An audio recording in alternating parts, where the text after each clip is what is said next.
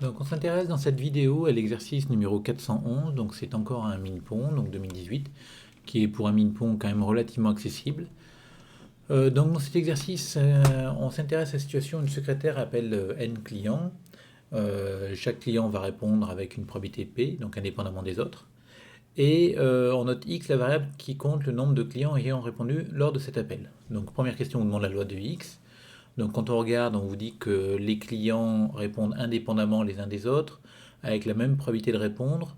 Et donc finalement, si on considère que chaque appel est une expérience, on réalise ici n expériences qui sont indépendantes parce que les réponses sont indépendantes les unes des autres. De même probabilité de succès, succès étant répondre, et cette probabilité de succès est égale à P. Et donc on compte le nombre de succès, c'est-à-dire le nombre de réponses lors de ces appels-là. Et donc du coup, on est exactement dans la situation du binomial. Donc x va suivre une loi binomiale, le paramètre n et p. Donc après, on n'oublie pas de donner l'univers et les probabilités. Donc ici, le x d'oméga et le p de x égale k. Donc on répond, on ne s'arrête pas là, hein. On va plus loin, on donne la loi. Bon, ensuite, donc on vous dit que une fois qu'elle a fini ses n appels, elle décide de rappeler ceux qui n'avaient pas répondu, donc n moins x personnes, x étant le nombre de personnes qui avaient répondu au premier appel, et on note y le nombre de personnes qui répondent lors de ce second appel. Donc on vous demande de déterminer p sachant x égale i de y égale k, et donc ici on est dans une situation où il y a un contexte, et donc pour calculer cette probabilité conditionnelle, il va falloir contextualiser justement, et savoir ce que signifie ce sachant x égale i. Donc sachant x égale i, qu'est-ce qui se produit? Sachant x égale i, la secrétaire rappelle n-i clients. Et encore une fois, chacun de ces appels, donc chacun de ces n-i appels, indépendamment des autres, a la même probabilité P d'avoir une réponse. Et on compte le nombre de clients qui répondent.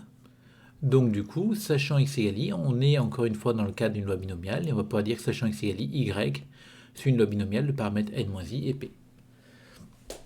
Donc toujours pareil, sachant x égale i, on peut donner y d'oméga.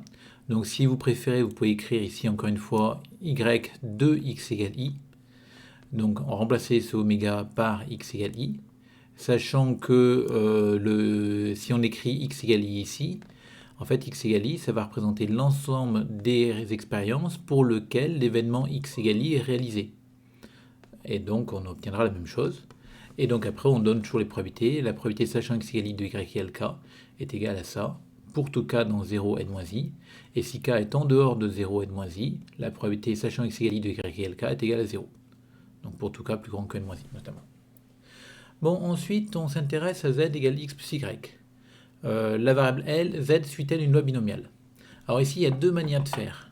La première manière, c'est de se dire, ben tiens, finalement z c'est une somme de deux variables aléatoires, et je peux calculer la loi de z en calculant la probabilité d'avoir x plus y égale k, et utiliser la formule de probabilité totale avec comme simple événement x égale i. Et donc comme ça on va se ramener à la question 2, on va faire apparaître des p sachant x égale i de y égale je sais pas combien, et donc du coup on va pouvoir utiliser ce résultat là. Bon, cette technique là elle va certes marcher, mais elle ne va pas être très agréable. L'idée qui est beaucoup plus agréable ici, c'est d'interpréter ce que c'est que cette variable z. Z c'est quoi? Z en fait elle compte le nombre total de clients ayant répondu à un des deux appels. Mais pour un client donné, quelle est la probabilité qu'il ne réponde pas à aucun des deux appels? Ça veut dire qu'il ne répond pas au premier et qu'il ne répond pas au deuxième. Alors est-ce que ces événements-là sont dépendants ou indépendants? Ils sont dépendants. De toute façon, encore une fois, dans le doute, vous pouvez faire comme s'ils l'étaient, mais ils sont dépendants au sens où si le client répond à l'appel 1, si le client répond à l'appel 1, alors il n'y a pas d'appel 2. Donc il ne risque pas de répondre à l'appel 2. Et donc vous voyez qu'ici, ces trucs-là vont être dépendants. Et donc moi j'ai noté RI, attention, la notation ici, ne répond pas. Et comme c'est ne répond pas, la probabilité qu'il ne réponde pas à aucun des deux appels, c'est P de R1 et R2. Donc c'est P de R1 fois P sachant R1 de R2. Et P de R1, la probabilité qu'il ne réponde pas au premier appel, c'est 1 moins P. La probabilité qu'il ne réponde pas au deuxième, sachant que le deuxième a lieu finalement, parce que le sachant R1 ici me dit juste que le deuxième appel a lieu, c'est aussi 1 moins P, donc on obtient 1 moins P au carré. Donc là, on a calculé la probabilité qu'un client, indépendamment des autres, ne réponde à aucun des deux appels. Finalement, la probabilité qu'il réponde à un des deux appels, c'est 1 moins cette probabilité-là. Donc c'est 2p moins p carré. Et finalement, on est dans la situation de binomiale. On a n clients qui font autant d'expériences. Ces expériences sont indépendantes les unes des autres.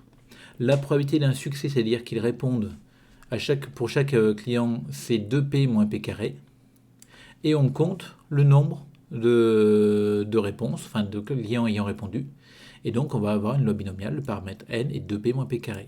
Et vous voyez que c'est quand même relativement plus simple, notamment beaucoup moins calculatoire que si on avait écrit ce genre de choses. Notamment si on écrit ce genre de choses, à un moment donné on aura un problème avec une somme de coefficients binomiaux qu'il va falloir interpréter pour calculer, donc c'est assez technique quand même ici.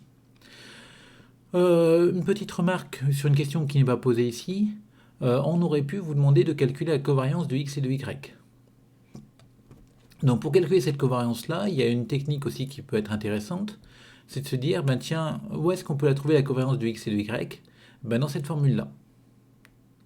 Alors bien sûr ici, avant d'écrire tout ça, toutes les variables ici, on va mettre une espérance, une variance, une covariance, enfin tout ce qu'on veut, parce qu'il s'agit ici de variables finies. Donc on n'a pas de problème, tout le monde existe. Et donc on écrit notre formule sans problème.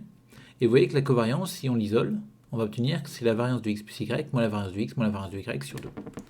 Et quel est l'intérêt de cette formule-là? Ma variance de x plus y, c'est en fait la variance de z. Et on a dit que z suivait une loi binomiale. Donc cette variance-là est connue.